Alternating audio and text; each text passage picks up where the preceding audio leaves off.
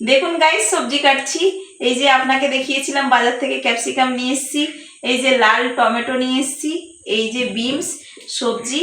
আজকে বানাবো পাস্তা, সুন্দর করে পাস্তা বানাবো। আমি এবারে বিনসগুলো কেটে নিয়ে আমি আপনাদেরকে কেমন করে পাস্তাটা বানাই চলুন দেখুন গাইস, আমি কড়াইতে জল বসিয়ে দিয়েছি। আমার কাছে আছে অল্প পাস্তা, এই যে অল্প পাস্তা আছে, তো এর সাথে আমি একটু চাউমিন মিশিয়ে দেব। আজকে দেখাবো পাস্তা কেমনভাবে তৈরি করি, আপনারা দেখুন। দেখুন গাইস, পাস্তাটা আর চাউমিনটা আমি সেদ্ধ করতে বসালাম। দেব নুন, দেব অল্প করে তেল। গাইস, এখানে আছে দুধটা আমি এইটার মধ্যে নিয়ে নেব, জামটার মধ্যে। দেখুন গাইস, নিয়েছি কর্নফ্লাওয়ার। দেখুন গাইস, আমি একটু দুধটা গরম করে নেব, আর এখানে পাস্তা আর চাউমিনটা সিদ্ধ করে নিচ্ছি। দেখুন গাইস, দুধের মধ্যে দিয়ে দিলাম 1 স্পুন কর্নফ্লাওয়ার। কড়াইতে দেব তেল।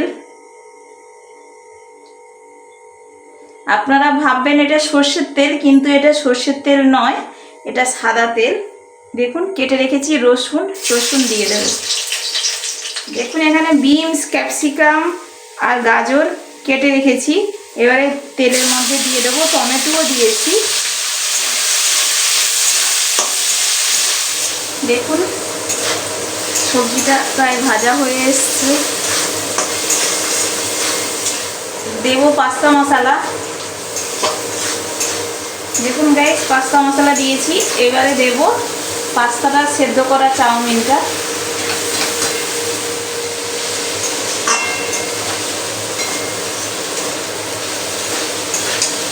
দেখুন গাইস, কত সুন্দর ভাজা হচ্ছে। দেখুন গাইস, দুধ আর কর্নফ্লাওয়ার আমি এখানে গুলিয়ে নিয়েছি। 1 স্পুন আমি কর্নফ্লাওয়ার দিয়েছি আর দুধ। এবারে আমি এর মধ্যে এটা দিয়ে নেব।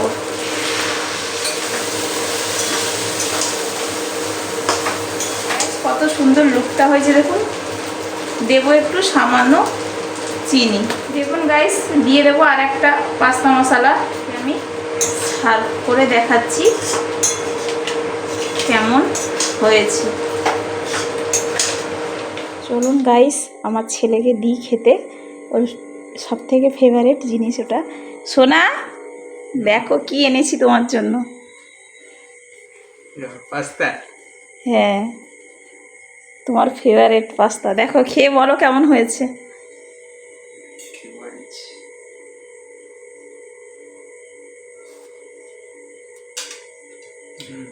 দারুণ হয়েছে, ফাটাফাটি একদম